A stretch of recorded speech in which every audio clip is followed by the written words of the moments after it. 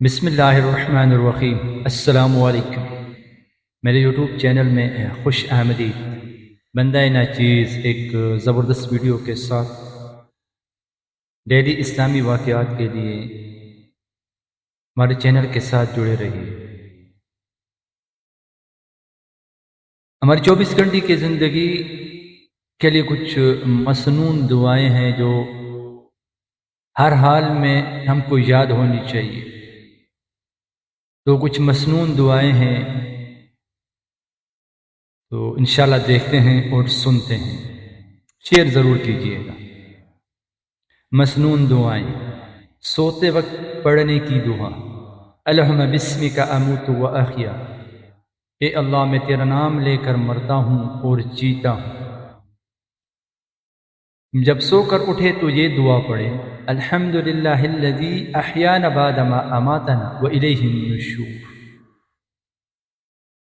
سب تعریف اللہ کے لیے ہے جس نے ہمیں مار کر زندگی بخش دی اور ہم کو اسی کی طرف اٹھ کر جانا ہے۔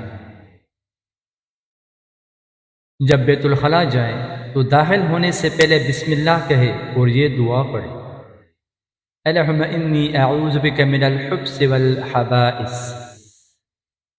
اے اللہ میں تیری پناہ چاہتا ہوں خبیث جنوں سے، جو مرد ہوں یا عورت۔ جب بیت الخلاء سے نکلے تو یہ دعا پڑھے، غفرانک، اے اللہ تجھ سے بخشش کا سوال کرتا ہوں۔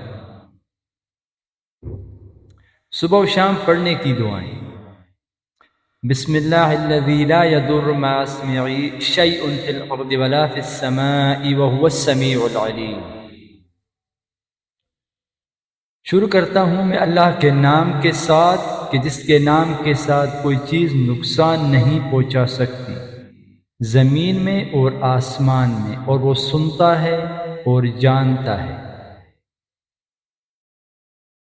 اللہم اعنی علی ذکرک و شکرک و حسن عبادتک، اے اللہ میری مدد فرما کہ میں تیرا ذکر کروں اور تیرا شکر ادا کروں اور تیری عبادت کروں۔ فائدہ میں ہے کہ حضرت صلی اللہ علیہ وآلہ وسلم نے حضرت معاذ رضی اللہ تعالیٰ عنہ کو فرمایا تھا کہ اس دعا کو ہر نماز کے بعد مت چھوڑنا۔ نماز فجر اور مغرب کے بعد پڑھنے کی دعائیں، اللہم اجرنی من النار، اے اللہ مجھے نار جہنم سے محفوظ فرما۔ جناب رسول اللہ صلی اللہ علیہ وآلہ وسلم کا ارشاد ہے کہ نماز فجر اور نماز مغرب کے بعد کسی سے بات کرنے سے پہلے 7 مرتبہ ضرور پڑھا کرے۔ اگر اس دن یا اس رات میں مر جاؤ گے تو تمہاری دوزخ سے ضرور خلاصی ہوگی۔ جزاکم اللہ خیر۔ یہ کچھ مختصر دعائیں تھیں جو ہر حال سے ہر ایک مسلمان کو تقریباً یاد ہونی چاہیے۔ یہ بہت مختصر دعائیں ہیں اور ہمیں اس کا ضرور اہتمام کرنا چاہیے۔ یہ ہماری 24 گھنٹے کی زندگی کو گزارنے کے لیے کہا جاتا ہے نا کہ اتنا علم فرض ہے ہر مسلمان مرد اور عورت پر، تو اپنی 24 گھنٹے کی زندگی اللہ رب العزت کے حکم اور نبی پاک صلی اللہ علیہ وآلہ وسلم کے طور طریقے کے اوپر گزارے۔ تو ہماری کوشش ہو کہ زیادہ سے زیادہ اس چیزوں کا اہتمام کرے جس کا حکم نبی پاک صلی اللہ علیہ وآلہ وسلم اور اللہ رب العزت کے ارشادات کے مطابق ہو۔